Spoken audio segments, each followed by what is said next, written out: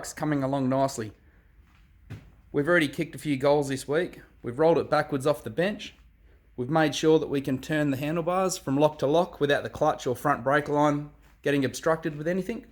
So that's what our first task will be, which is to basically get some brakes and a clutch onto the bike. After that, I think we will have a look at this last part of the daggy wiring. That's to the starter solenoid, so we'll neaten all that up. I've got a few new bits and pieces. Finish off all these boost and vacuum lines, neaten all that down. And again this week, the goal is to try and get the bike running. So that's where we're going to begin. And that's what we've got to do. I've got a couple of new reservoirs for the front brake and the clutch. But for the rear one, I'm going to use the original one. And we're just going to give that a bit of a clean up, mount it back up, and bleed the brakes. All the parts for the rear brake cleaned up really nice. So what we'll do now is we'll mount it up. It goes on this spigot here. We'll see if we can get a back brake happening. Once again, I've made my life harder than normal. The reservoir needs to sit opposite to what it does now and run directly behind these coil igniters, which it just won't fit anymore. So what we're going to do is see if we can put a spacer from the battery box to the reservoir and have it running in this location facing forwards and still behind the cover. We've made the plan of attack. We're going to use this small piece of aluminium here, drill and tap it on that black dot there, and then it will pick up on the mounting lug on the fluid container, and that should work pretty good. It'll all still tuck in behind that panel that gave me all the grief last week.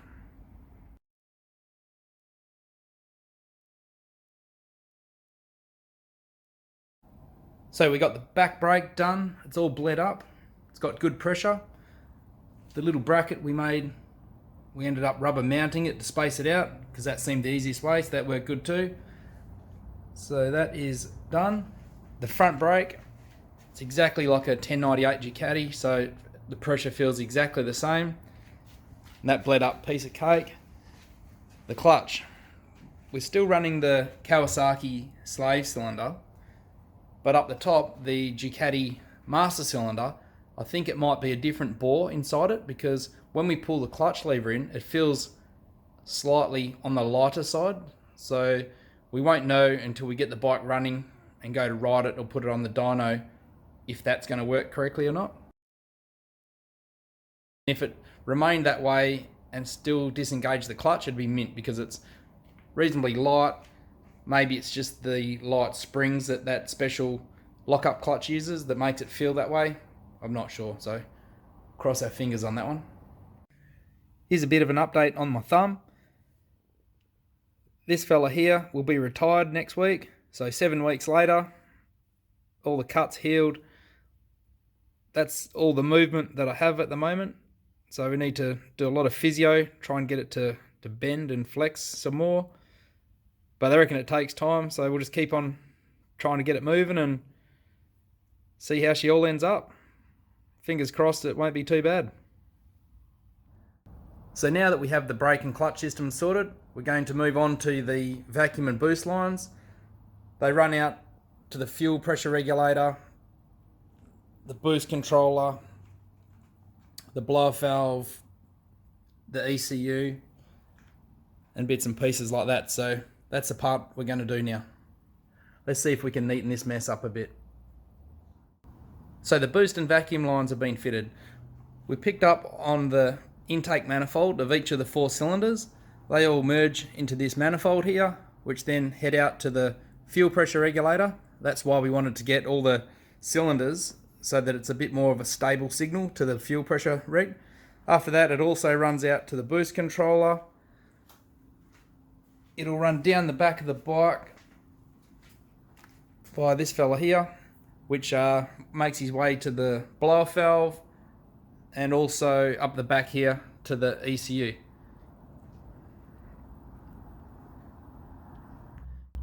Here's the last part of the wiring that needs to be sorted. This is where it connects to the starter solenoid and brings power into the bike's harness. So it's got these crimp-on connectors everywhere. It's been soldered and joined a few times. We'll try and neaten all that up. Well, we untaped all the old tape and bits and pieces. We even found a bit of blue and green tape, which was protecting this factory crimped joint just here. So we'll protect that now with some heat shrink that has the glue in it. Also, we will wrap some fresh loom tape around it and see if we can get a connector that plugs straight into the starter solenoid so we don't have to use these guys anymore. So we deleted all the dodgy connectors. We used a 4-pin white Nava connector, filed off the locating tag, and it fitted in the solenoid perfectly. We used the brass crimp-on female terminals. They all went on piece of cake, repaired the harness, heat shrinked it, and then we used this loom tape. My mate Glenn from Autosport hooked me up with it. Works a treat, makes the bike look so much better, protects the loom, really easy to use. So cheers Glenn, she's good stuff. So the starter solenoid's been fitted now. He's tucked away just here. I think last time it was just cable tied to the frame, so it's much better this time. Just a quick one down the shed today. Basically, we put about 700 cable ties on all this beautiful blue hose. So that's done. Before I can get into the next part, we need to find the oil pump, which is this fella down here, and just to see how the wiring attaches to the pump, because it's actually broken. The clip that holds the wires in is not the happiest of campers, so I need to check that out, make sure it's all safe, because that's the part you definitely don't want to fail. With the oil supply for the turbo, I've basically tapped into this oil gallery here. It's got a small check valve, which is just in here. That was made by Ben at Extreme Creations.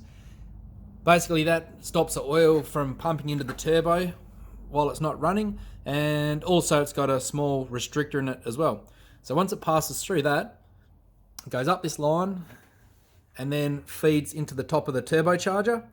Then when it's been through the turbo, it basically gravity falls out of the turbo into this small sump, and that sump has a small vent pipe on it, which is this fella here.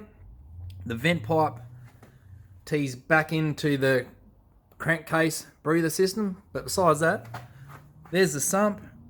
From the sump, it goes into this oil pump, and that's the pump, which I said that you need to work correctly, otherwise you're in a bit of strife. And my drama is, that's the connector on it, and it's broken, and it's got a bit of corrosion on it. So I need to clean that up and make sure that I get a good connection on there with some sort of connector, or whether I can use female bullet terminals with some heat shrink. So that's the plan of attack today. So we managed to get the little wire brush in there. It cleaned up really easy.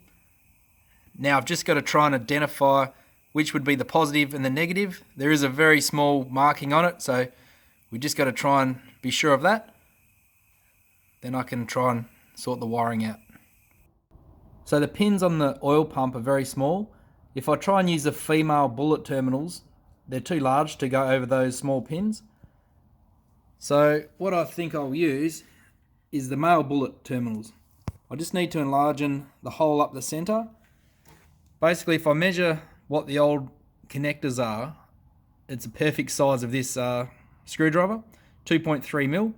I just need to be able to push that up the inside of this brass terminal, crimp them on, and put some dual wall heat shrink. That should glue them onto the oil pump. Here's the first part with the terminal going over the screwdriver, giving it the right internal diameter. So there's our terminals. Dual wall heat shrink. Now the fun part, trying to fit them on. Here's a look at the brass male terminal pushed over the oil pump pin. It doesn't look like it's a really good fit from how close we're zoomed in, but it was a really tight press over that pin, and this dual wall heat shrink will snug it up really nice and hold it onto the oil pump housing. The heat shrink has clamped it down even tighter. I might feed one more piece over to get rid of the coloured part of the wires that are exposed, just to waterproof it a bit better. I'm pretty happy with that repair on the oil pump wiring. I wasn't sure how I was going to fix that, but that's fine. It'll be safe as. Another job done. Thanks for subscribing and following the progress on my Kawasaki. I reckon next week there shouldn't be too much stopping us getting it running. A few fuel lines, that mock-up fuel tank. We'll plug in the laptop, set up a few things, see if we can hear it again, because it's been a long time now, but she's really come a long way in the last year. But I would love to hear it again in the very, very near future. But anyway, thanks heaps. We'll see you next week.